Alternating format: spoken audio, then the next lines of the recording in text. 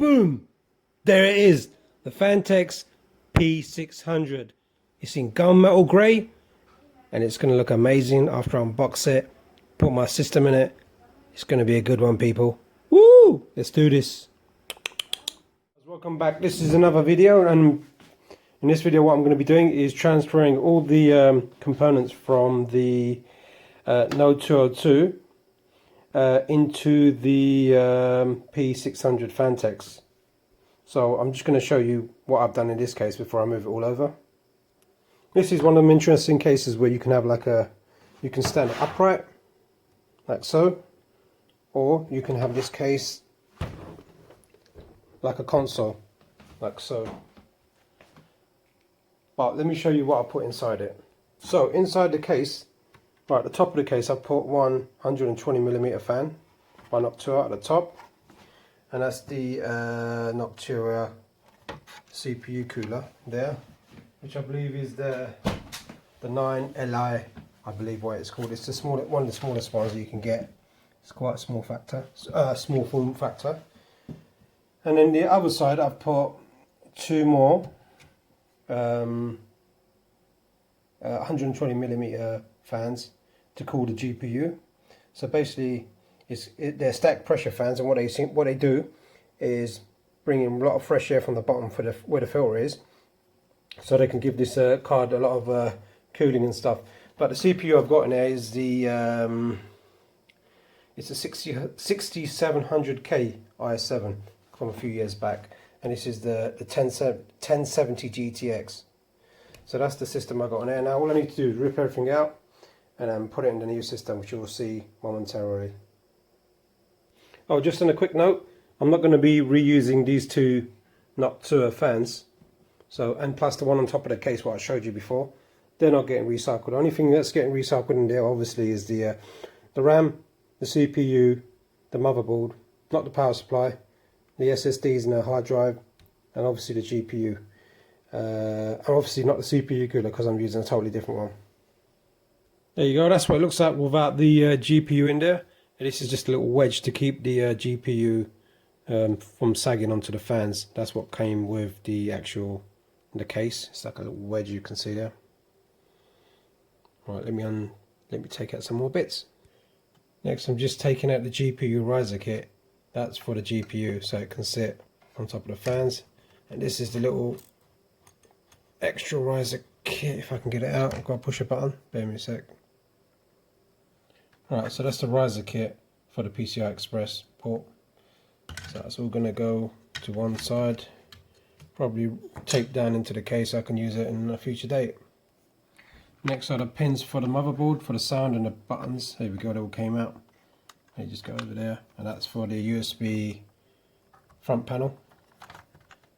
The sound and the power lights and stuff are there, and the reset switch, on and off switch, blah blah blah. Next, I'm just taking out the CPU fan. Sorry, the cooler fan. Here we go, cooler fan. Let me pause it again. Cooler fan out, and the what is this one? Oh, that's for the extra fans and stuff. That's out as well. Now, just taking out the power, the power supply.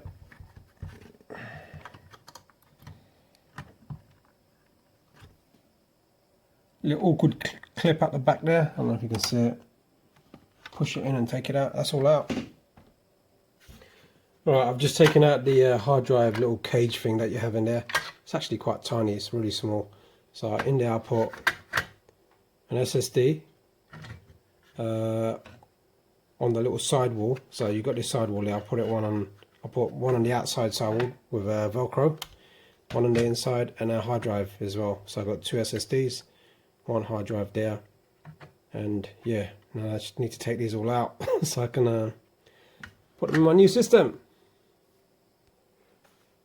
That's the 3 hard drives out. Sorry, 2 SSDs and 1 hard drive out, and that's the cage which plops on there. Cool. Now to the next step. Okay, next coming out is the CPU main power. There we go, there's a little button there.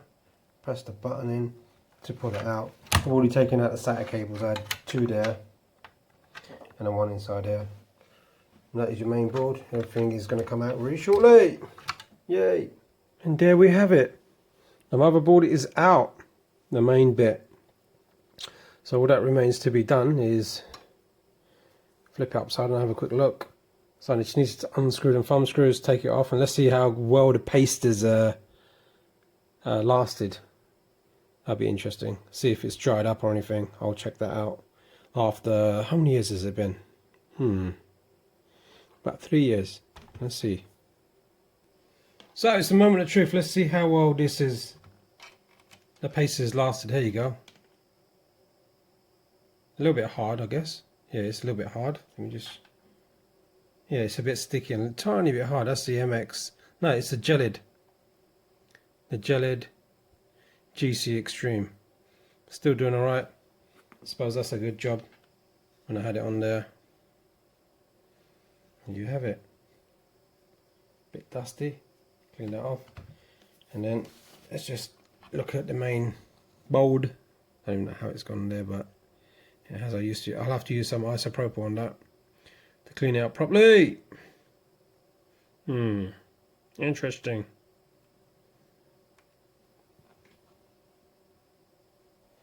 Alright, got my isopropyl. I'm going to clean the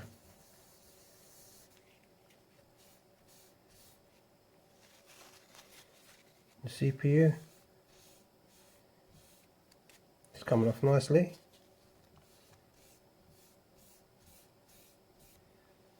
As you can see, this is the stuff I'm using. It's called Akasa TIM Clean. What a win! Some more in there.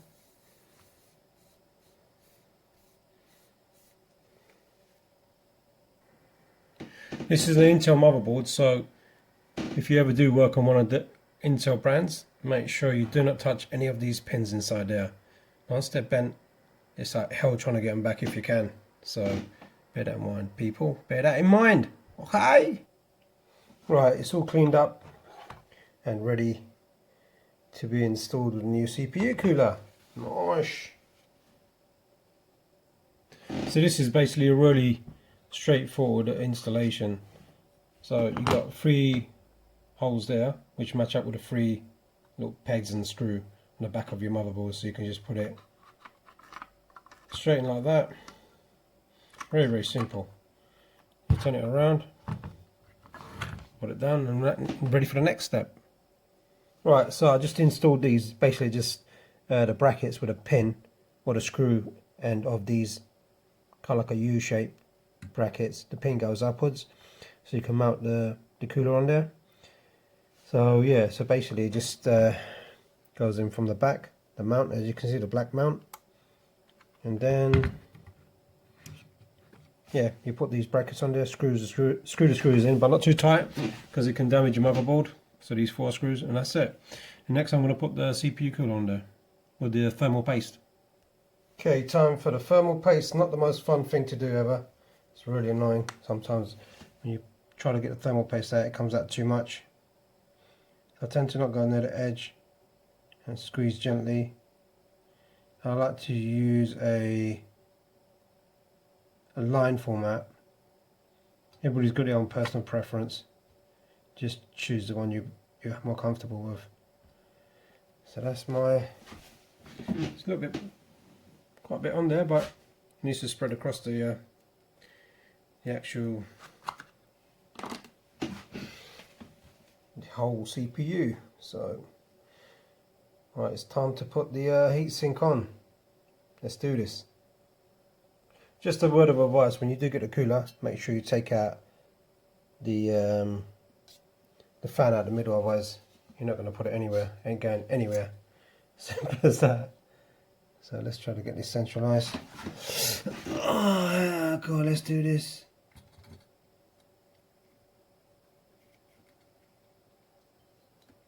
Okay, it's sitting on there.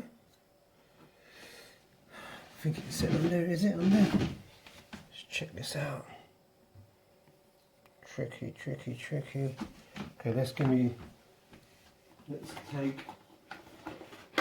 provided screwdriver they give you, which has got a long enough length on it, and just basically screw that in place while trying to maintain the steadiness on it. Let me just pause that a minute. That's it. So basically you've got a screwdriver that goes all the way down, and there's screws inside here right at the bottom, and it's very, very simple to do. Just screw until firm, not too tight, and just keeping it level each side.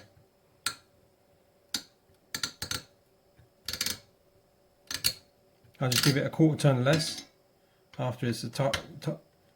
Okay, so just give it a quarter turn less, and that's it. So it gives the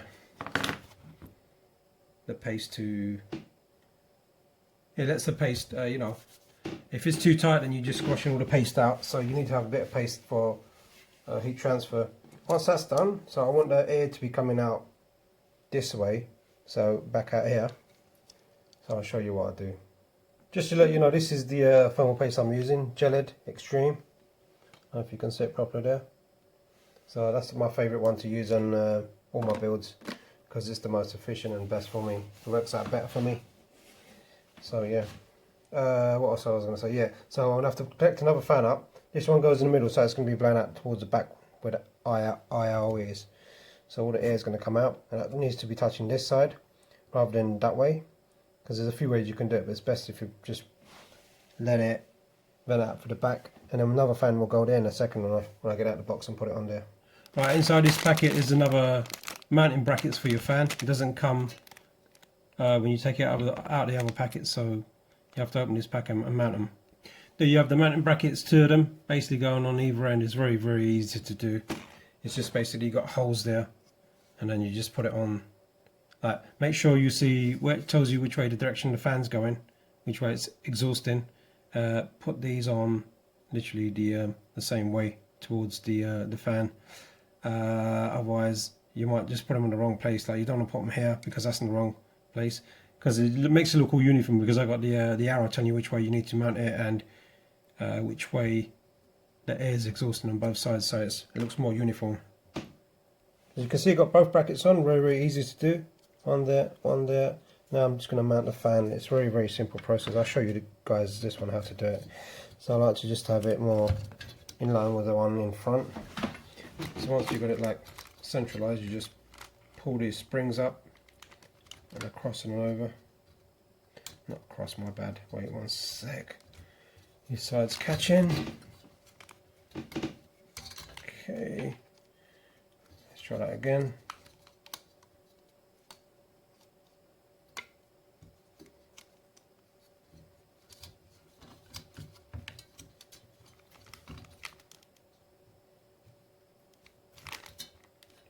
Just measure it on the sides, just have it uniform. And then just pull the springs over, and there we go. It's on. One side's on. Now for the other side, just make sure just have it in the middle each side. There you go, done. Very, very easy. Okay, finally it's done. It took me a little while just to route these wires properly, but I'm going to have it like this, so it looks quite neat and kind of tidy-ish on the side. Quite neat. Looks really good. Look how big that thing is. That's absolutely humongous. That's a new word. A humongous cooler, mate. Mate, it's massive. Look at the humongousness of that. It looks absolutely lovely. Look at it. Luscious. Very luscious. Really good. Alright. Time to transfer it into the new computer. Now it's time for the Phanteks power supply to go in there. Into the main case, that is. There you go. That's what it looks like. Took the side door off it. That's the back. That's the front of it. Humongous case. Let's do this. So the power supply just goes in. It's really cool. It's just 2 thumb screws. You put on the face plate for the power supply, and then it just goes like this. Unscrew it like this, very easy, and it pops out. And you slide it in. There you go. You slide in the power supply.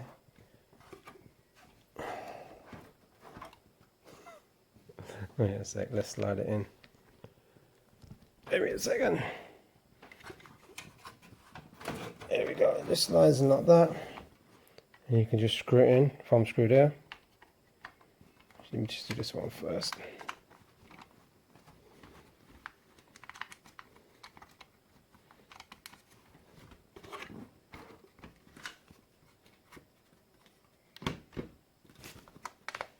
There we have it. Thumb screw there and thumb screw there, and it's done. That's how you get your power supply in. Alright, just a quick one. SSDs, you just get them and you just pop them in there like that. And on the back, on the side, you've got screws and you screw it in, and then it goes in really easy into the case. So that's it. All the hard drives are on the brackets. So you just basically wait a second. So you pop it up there and just click it in place. Okay, that's one in place.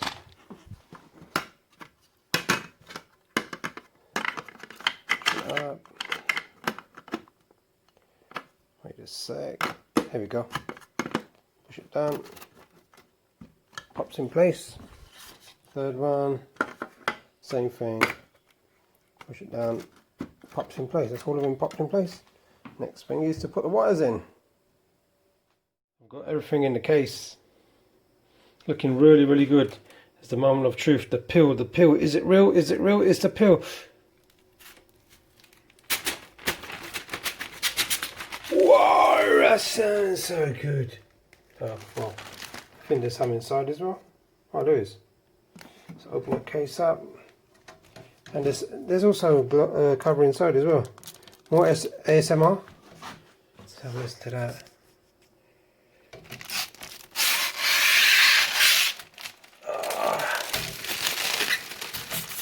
Wow, that was worth waiting for, guys. There you go, that's the system inside. It's really blinking dark. I need to put some LED lights in there, I think, to make it stand out. But it looks really good. It does look really good. Let's shut the door. Really, really cool. Very reflective indeed. Turn the system on.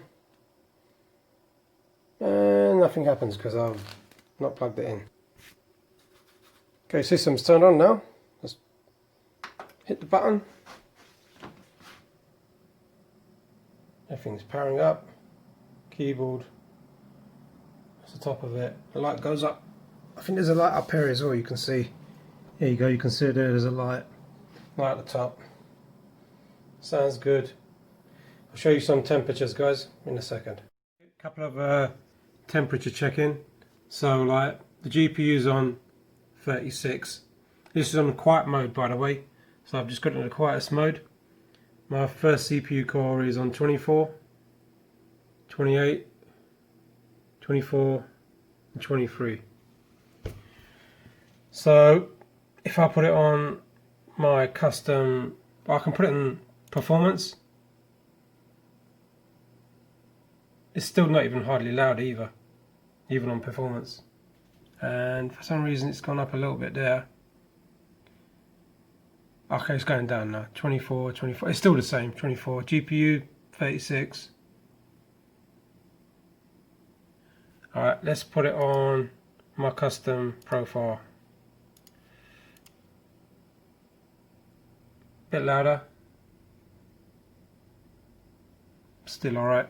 Let me just check what the CPU is on.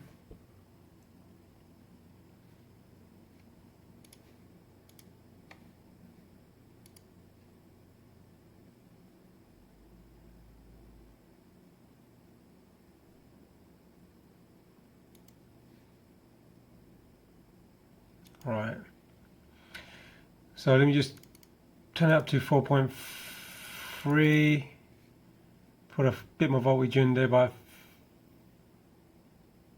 30 and apply that. Let's see what temperatures I get. 20, 28, 31, 29, 30. GPU is going to stay the same. Quite good. Impressed by that. A lot. It's not even hardly getting up. 37 there. 28. Maybe should I put it up a bit more?